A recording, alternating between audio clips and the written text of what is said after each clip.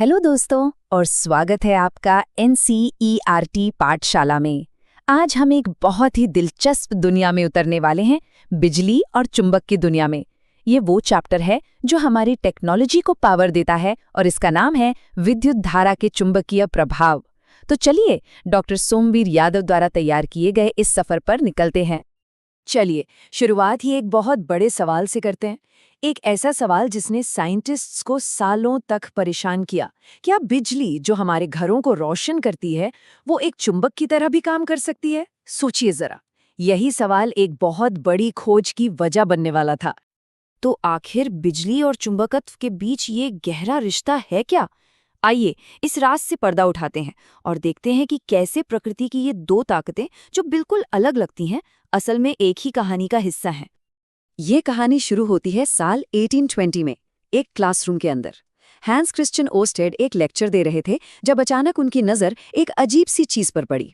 उन्होंने देखा कि जब भी पास की तार में करंट चालू होता तो पास में रखा कंपास हिलने लगता था। बस यही वो पल था। इस एक छोटे से एक्सीडेंट ने ये साबित कर दिया कि बिजली और चुंबक ये दोनों आपस में जुड़े हुए हैं। इस एक सीधे साधे एक्सपेरिमेंट ने ही इलेक्ट्रोमैग्नेटिज्म यानी विद्युत चुंबकत्व की नींव रख दी। ये पहली बार था जब किसी ने पक्के तौर पर यह दिखाया कि जिस तार में करंट बह रहा है वो खुद एक चुंबक बन जाता है।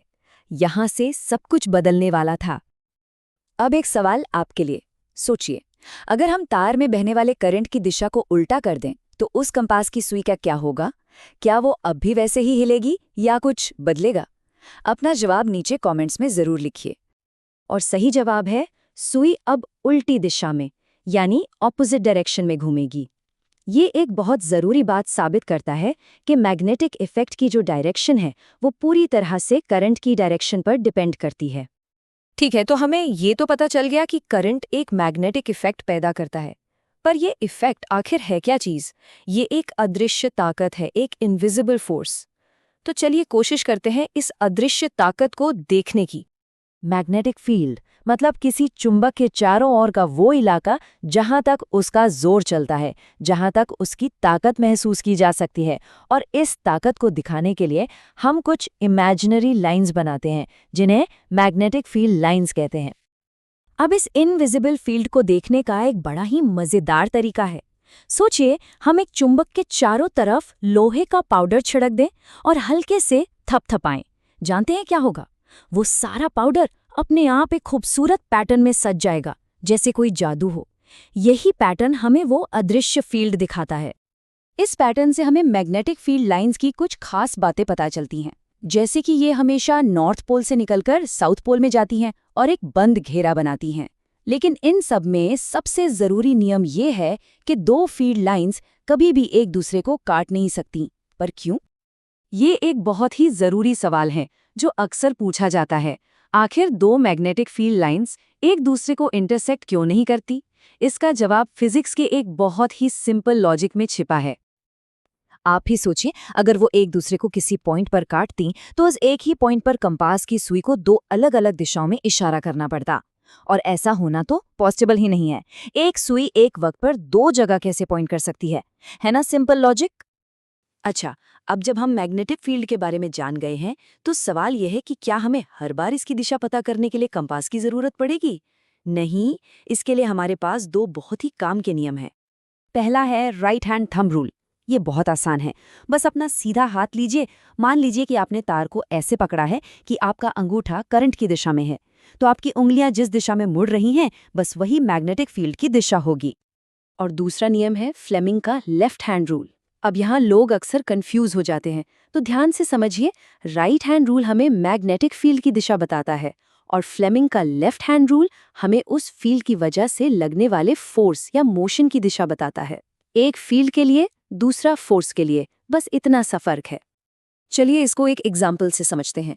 मान लीजिए एक पॉजिटिव चार्ज वाला प्रोटॉन जो कि करंट की दिशा है एक मैग्नेटिक फील्ड में एंटर करता है, तो उस पर फोर्स किस तरफ लगेगा? फ्लेमिंग के लेफ्ट हैंड रूल का इस्तेमाल करके हम बता सकते हैं कि फोर्स ऊपर की तरफ लगेगा, जो फील्ड और करंट दोनों के परपेंडिकुलर होगा। ठीक है, कासी थ्योरी हो गई। अब देखते हैं कि ये सारे सिद्धांत हमारी रोजमर्रा की जिंदगी में कहाँ काम आते हैं। बड़ी बड़ी क्रेनों से लेकर हमारे घरों की वायरिंग तक। जब हम किसी तार को गोल गोल लपेटकर एक कॉइल या सोलेनॉइड बनाते हैं और उसमें से करंट दौड़ाते हैं, तो पता है क्या होता है? वो एक बहुत ताकतवर चुंबक बन जाता है। इसे ही हम इलेक्ट्रोमैग्नेट कहते हैं। इसका इस्तेमाल अनगिनत चीजों में होता है, क्रेनों से लेकर स्पीकर्स तक। यही सिद्धांत हमारे घरों की सेफ्टी के लिए भी बहुत जरूरी है। हमारे घरों की वायरिंग में 3 तरह के तार होते हैं। लाल रंग का लाइव तार, जिसमें करंट आता है, काले रंग का न्यूट्रल तार, जो सर्किट को पूरा करता है, और हरे रंग का अर्थ तार, जो हमारा सेफ्टी गार्ड है। अब 2 खतरनाक सिचुएशन से बचना बहुत जरूरी है। एक है ओवरलोडिंग, मतलब एक ही सॉकेट पर बहुत सारे अप्लायंस चला देना, और दूसरा है शॉर्ट सर्किटिंग, जब लाइव और न्यूट्रल तार गलती से छू जाएं। दोनों ही मामलों में करंट अचानक बहुत बढ़ जाता है और आग लग सकती है। और यहीं पर हमारा हीरो यानी फ्यूज काम आता है, जो पिघलकर सर्किट को तोड़ देता है। तो चलिए एक बार फटाफट से दोहराते हैं कि आज हमने क्या क्या सीखा। सबसे जरूरी बात, इलेक्ट्रिक करंट हमेशा एक मैग्नेटिक फील्ड बनाता है। इस फील्ड को समझने के लिए हमारे पास फील्ड लाइंस और दिशा बताने वाले नियम हैं। और आखिर में सेफ्टी के लिए फ्यूज और अर्थिंग बहुत जरूरी है। ये सिंपल से सिद्धांत ही हमारी मॉडर्न दुनिया को चला रहे हैं।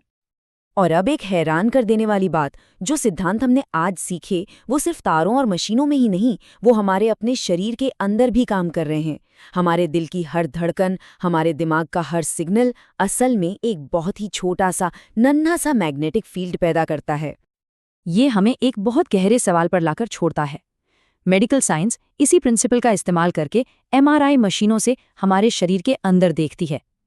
ये सोचने पर मजबूर करता है ना, कि बायोलॉजी और फिजिक्स के इस संगम में अभी और कितने रहस्य छिपे होंगे जो बस खोजे जाने का इंतजार कर रहे हैं। तो आज के लिए बस इतना ही। अगर इस सफर में आपको मजा आया और कुछ नया सीखने को मिला तो इसे लाइक करें, अपने दोस्तों के साथ शेयर करें और NCERT पाठशाला को सब्सक्राइब करना बिल्कुल न भूलें। हम मिलते हैं अगले ज्ञान से भरे सफर में। तब तक सीखते रहिए और खोजते रहिए।